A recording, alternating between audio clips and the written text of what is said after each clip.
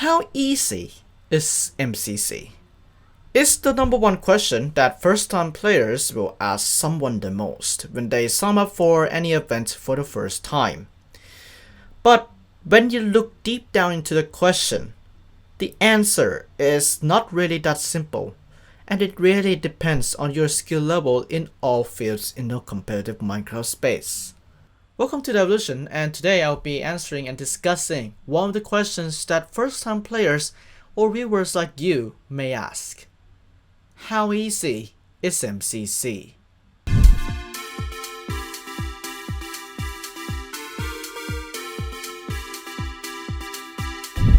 But before that, it's Pride 22, and this Pride event introduced not one, not two, but 4 remixes for half the game roster.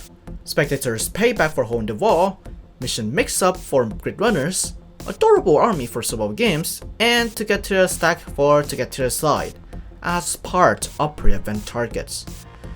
Also, more cosmetics and scrambled eggs here, and Ace Race is really Ace Race now. Pac-Man. So, back to the question that is asked earlier.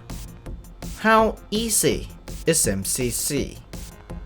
Now, let's take a step back and see the games first. Yes, these are all the games in MCC as of now, and by the looks of things, if you just see the titles in general, you would easily get confused and overwhelmed, except for a few that is known to everyone, like survival games for example. So, if you don't know what these games are or how they work, then the answer to the question asked earlier is it's really very hard for you to be in MCC and to play in MCC. But taking a closer look to the games like Ace Race, you would understand some mechanics that are tested. So then comes the skill level needed for each game. Now, these games really requires high and consistent levels of skills to master. Starting with movement games like Ace Race and To Get to the Side, they require you to navigate the map as fast as possible with various Minecraft mechanics, such as tridents, elytras, and block placement for To Get to the Side, as well as many more out there. If you're not familiar with Minecraft mechanics or really are not that skillful in a wide range of movement techniques, then really MCC can be tough for you, as those skills would also translate to some other games as well and complement with each other a lot. Then we have specific skill sets and events type games like Rocket Speed Rush, where it requires you to be aware of your surroundings at all times while moving in a fast-paced manner. If you can't face the speed, it really can be tough for you. And we also have Hold the Wall, which also requires that same logic as well, but in a static field. It is one of the easy games to master for sure, but if you really don't know where to go or what you are doing, then it can be a hard time for you. And finally, for movement games, raw movement-centric games, Parkour Tag and Parkour Warrior. Parkour Tag requires skill in space awareness and communication in some way. Parkour Warrior requires time management skills and raw parkour skills, which also applies to Parkour Tag in a way. If parkour is not your forte, then you will struggle with these games a lot. Moving on from that, PvP based games. Now, grouping them all together as PvP games have one purpose of limiting each other, these games require not only just your raw PvP skills like in archery and face-to-face combat, but also being aware of your teammates as well as choosing fights. Meltdown is the one that does not follow this too much, but coordination and choosing targets are also an add-on to that game. If you can't see people in Meltdown, best to either engage or crown over them, or just run away from them.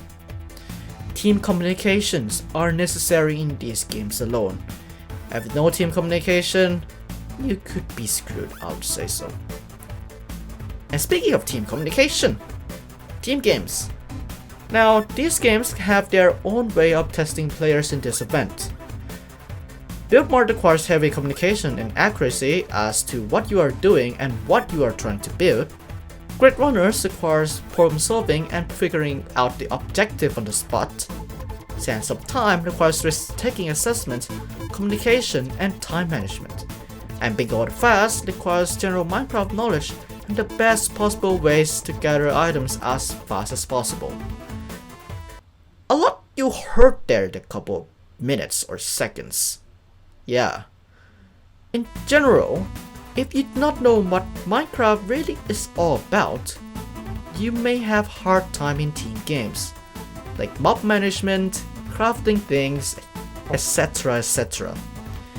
If you can't bond with the team that you are faced in since you are balanced accordingly, or you are afraid to speak out in a team, then you would have a hard time not only in team games, but also other games as well that requires a bit of teamwork into it. So, finally, to answer the question, how easy is MCC? The answer, after all of that considered, is still the same as above. It is not easy at all. With rising skills as well as of course very cracked players in the tournament like Purple, competition is in its peak, and it can be tough to be very good at this tournament. With this, you need to take a step back and assess how you would do in each game, what skill set you have, and what it takes for you to win this tournament. It really depends on your skill set, as that MCC can be easier for you compared to literally anyone else. Like if you are mythical sausage, you may find MCC to be overwhelming in a way. If you are like Volibear, then MCC could be a piece of cake for you in a way. Otherwise, you would need to practice, and there are tools to help you boost those skills alone. The practice server, MCC Island, many VODs and analysis videos, and many miscellaneous servers out there that focus on raw skills alone, which are the key to success in general. But with that case, will MCC get tougher, or will it be easier as time goes on? Thank you so much for watching this special episode of Evolution. This is actually one of the video essays that I plan to do. There are a couple of more video essays I'm planning to do in the next couple of Evolution episodes. Like from what I can list here, there's MCC 14 and MCC 10. I don't know, every video is a video essay essentially, yeah. So yeah, these are all every episode for the Pride series. If Evolution is to come back next season, which is next year, then we might cover Pride 23. Who knows really, the future. I'm not gonna reveal anything yet, because we are on like a downgrade type of deal, or like slow schedule, I would say. So yeah, there will be more special episodes covering non-canon events and half-canon events later on. Well, maybe half-canon could be in the main series, who knows really. But in October there will be one for Rising, November will be for All-Stars, and maybe 27, and December will be Jiggle Jam, and that's it. Anyway though, next week we go back to business with variety streamers, and the following week, who knows? Yeah, that is all. Thank you so much for watching. Keep on watching Duechayapol. See you guys later. Bye bye.